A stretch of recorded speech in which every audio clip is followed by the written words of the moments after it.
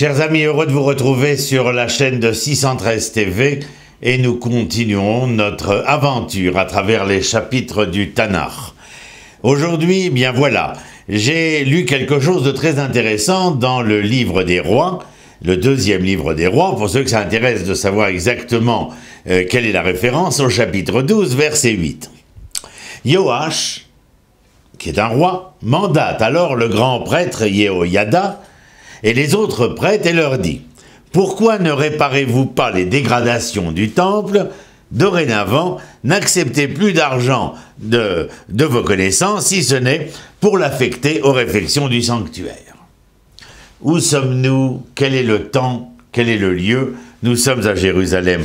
Le roi Yoash est monté au pouvoir à la suite d'événements tragiques. La reine qui l'a précédé, célèbrement connue, mais qui ne fera pas que du bien. Elle s'appelle Athalia. Eh bien, cette femme, que l'on peut dire la méchante reine, si vous le voulez, gardait la royauté pour son fils Ahazia. Je cite, « Athalia, voyant son fils mort, se mit à exterminer toute la race royale, étant donné que Ahazia perdit la vie, il ne montera donc pas sur le trône. Athalia est dans une fureur énorme, au point d'en décimer la lignée royale. Mais, fort heureusement, Yoash, qui est alors qu'un nourrisson, et lui-même fils d'Ahazia, c'est-à-dire le petit-fils de Athalia, mais elle n'avait pas froid aux yeux, elle voulait exterminer tout le monde, en tout cas qu'il n'y ait plus de lignée, et elle-même devenir la reine-mère, c'est-à-dire la reine régnante dans ce cas précis. Eh bien, le nourrisson, Yoash, fut épargné grâce à l'intervention d'une proche parente qui va le remettre entre les mains du grand prêtre chez qui il grandira. Il put ainsi, bien entendu, échapper, mais de justesse, à sa propre mort.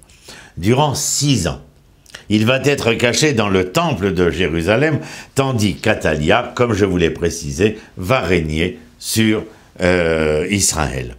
La 7e année, le grand prêtre, le Kohen Agadol, Yehoyada, va décider, et je vais vous lire le passage, va décider de faire disparaître cette reine que l'on ne pouvait pas dénommer autrement que cruelle et sanguinaire au vu et au su de ses faits, et va-t-il se débarrasser de cette femme? Eh bien, en provoquant un coup d'État. Je vous lis, Yehoyada fit sortir le fils du roi et lui remit la couronne. Un peu plus loin, on le proclama roi, on loignit l'onction. Et au milieu des applaudissements, on cria « Vive le roi !» Lorsqu'Athalia voit que cet enfant, de pas encore 7 ans, vient d'être intronisé comme le véritable régnant sur Israël, alors qu'il se tient debout sur l'estrade, en quelque sorte, devant le peuple qui l'applaudit, eh bien, elle va, il est écrit ainsi dans le texte, elle déchira ses vêtements et s'écria « Trahison, trahison » au verset 13 et 14 du deuxième livre des rois, au chapitre 12. Et, en fin de compte, elle sera mise à mort. Yoash est alors âgé de 7 ans, vous disais-je. Lorsqu'il va monter sur le trône, ce sera pour une longue période. Il va régner très longtemps, 40 ans sur Israël. Il a reçu un enseignement depuis sa tendre enfance, donc, auprès du grand prêtre Yehoyada. Eh bien, ceci portera ses fruits, car il portera un intérêt certain non seulement à la politique dont il aura la responsabilité, mais non des moindres, il s'occupera aussi des nécessités du temple de Jérusalem, d'où ce que nous avons dit dans le verset en introduction, que Yoash va vouloir, contrairement à ses prédécesseurs, eh bien redorer en quelque sorte le blason du temple de Jérusalem, si vous préférez, lui accorder de nouveau ses lettres de noblesse. En général, ce passage, l'avez-vous peut-être reconnu, accompagne, lorsque nous sommes en début de ce mois de Hadar, pour lequel je vous souhaite Chodesh Tov, bien entendu, cette année à Darbet, et donc à 2 semaines de la fête de Purim, nous avons l'habitude de lire cette Haftara concernant ce qu'on appelle Haftara de la paracha de Shkalim. Shkalim veut dire le nom de la monnaie appartenant à Israël, bien entendu. Shekel, c'est aussi ce que l'on est capable de peser. Alors bien sûr que tous les shekels doivent être shkulim, c'est-à-dire pesés afin de préserver l'honnêteté, la probité de tout un chacun. Et puis voilà que dans cette paracha de Shkalim et la Haftara que nous lisons, eh bien ce passage dans Melachim fait en sorte qu'en effet, chaque Israélien de l'époque était contraint de payer annuellement un impôt, et un impôt dont la valeur était celle d'un demi-cycle d'argent qui était donc versé. Il servait à 2 choses. Premièrement, lorsque chacun amenait un demi-cycle, on allait pouvoir ainsi connaître de manière démographique la population israélienne de l'époque. Chaque fois qu'un demi rejoignait un autre demi, ça nous faisait une personne. Et donc, quand on saurait qu'on attend de Shkalim, nous saurions combien d'individus résidaient en Israël à ce moment-là. La deuxième chose pour laquelle le Shkalim était ici utilisé, eh bien, on percevait cet impôt pour le temple dès le mois de Hadar, et se continuait, bien entendu, sur quelques mois, afin de servir les intérêts du temple de Jérusalem, ce qui n'existait pas auparavant, ou si la loi existait, elle n'était pas véritablement mise en pratique. Et donc le fait que Yoash remonte sur le trône en étant l'élève de Yehoyada, eh bien voici, comme je vous le disais, eh bien que la Torah reprenait force de loi. Le temple était le centre spirituel de la nation tout entière, et non seulement d'une élite particulière. Donc, le fait d'amener un demi-cycle concernait l'ensemble de la population. Le livre du Zohar nous dit par exemple que chaque homme est constitué de 2 parties. La première est héritée de ses parents et son entourage, et la seconde est gagnée par ses efforts. Or, ce qu'il gagne par ses efforts ne doit pas être redevable. Par contre, ce qu'il a reçu de ses parents, de son entourage, eh bien, ce demi-cycle, dit le Zohar, venait en quelque sorte faire que l'homme voulait se racheter, ou racheter par cet effort-là, en tout cas, ce qu'il avait reçu par ses parents de manière naturelle. La préoccupation de notre roi Yoash concernant la réfection du temple passait par une autre réflexion qu'il pensait tout à fait nécessaire et à juste titre. Vu les régnants d'antan, lorsque Yoash veut, redorer, comme j'ai dit tout à l'heure, le blason du temple, lui redonner ses lettres de noblesse, c'est parce qu'il pense que si le temple retrouvait ses allures d'antan, ses allures premières, eh bien, il se pourrait bien que le peuple puisse en jouir. Dans quel sens? Dans le sens que le peuple pourrait se remettre en question.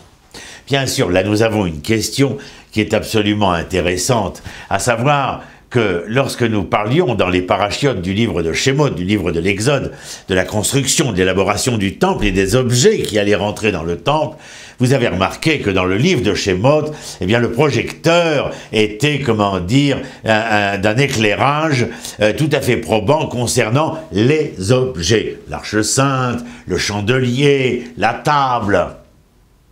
Et lorsque nous rentrons dans le livre de Melachim, et la construction du temple de Jérusalem, non plus du Mishkan, mais du Mikdash, et dans ce cas-là, eh bien, lorsque nous parlons du temple, nous avons véritablement l'impression que le projecteur illumine ici surtout l'enceinte, les murs, c'est-à-dire la bâtisse, l'édifice. Et à cela, nos sages se sont posé la question, pour quelle raison, dans la paracha, le projecteur éclairerait-il les objets, alors que lorsque Shlomo construit le temple, peu véritablement d'intérêt sur la fabrication des objets qui rentreront dans le temple, mais beaucoup plus concernant la bâtisse, l'édifice en elle-même, qui était véritablement somptueuse, grandiose. Et la réponse est ainsi. Lorsque nous étions dans le désert, c'est-à-dire en chemin vers la maison, eh bien, ce Mishkan, qui était beaucoup moins somptueux, beaucoup moins grandiose, eh bien, permettait de nous retrouver entre nous, une sorte d'intimité, où dans cette intimité-là, il y avait, comment dire, un amour certain, une chaleur probante, véritablement une rencontre familiale, avec tout ce qu'on entend de la rencontre, des rendez-vous familiaux, de cette chaleur, de cet amour, de cette emphase qui entame tous les membres de la famille. Alors que le Mikdash, bien sûr, il restera de cela une fois que l'on avait pénétré dans le temple de Jérusalem. Mais le temple en lui-même, cet édifice si somptueux, pour quelle raison? Est-ce la folie de Shlomo? Non point. Nos sages viennent et nous disent, si le projecteur illuminait ces objets, c'est parce qu'il révélait de cette intimité, de cet amour, de cette chaleur. Ce qui ne déparaît pas non plus lorsque le Mikdash, le temple de Jérusalem, va être élaboré. Mais ce qu'il y avait d'intéressant, si l'amour était révélé à Israël lorsqu'il pénétrait dans le temple, lorsque les nations voyaient l'édifice, la bâtisse du temple, eh bien cette bâtisse éveillait la ira, c'est-à-dire la crainte.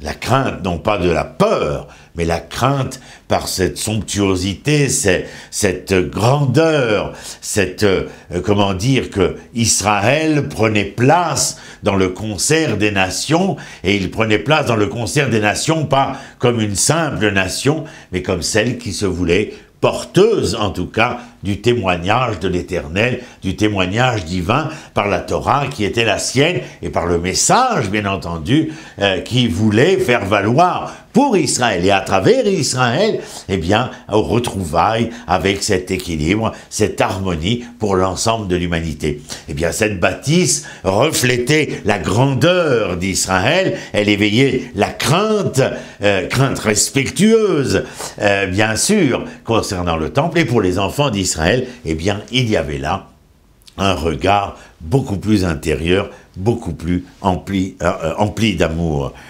Alors bien sûr que pour l'homme de notre époque, il est difficile de comprendre véritablement le sens obvi de cette intériorité, cette extériorité. Eh bien, à travers le regard de nos prophètes, disent nos sages, eh bien, il y avait, comment dire, ce que nous avons expliqué maintenant. C'est-à-dire que cette expérience-là était pour les enfants d'Israël une expérience de l'ordre intime. L'homme qui pénétrait le temple se retrouvait dans cette situation du jeune enfant lorsqu'il retrouvait sa mère.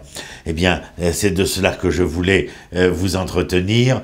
D'une part de Yoash, qui a grandi chez Oyada et qui redonne au temple ses lettres de noblesse, nous disions, et lorsque ce temple retrouve sa splendeur d'antan, eh bien voici que les enfants d'Israël retrouvent d'une part, dans l'intérieur d'Israël, cette intimité, cet amour, et d'un autre côté, eh bien permettre aux nations de les regarder à la juste valeur, à la juste hauteur qu'ils représentent, à savoir celle d'être les témoins de l'Éternel. À très bientôt et on se retrouve sur 613 TV depuis Jérusalem. Shalom, shalom.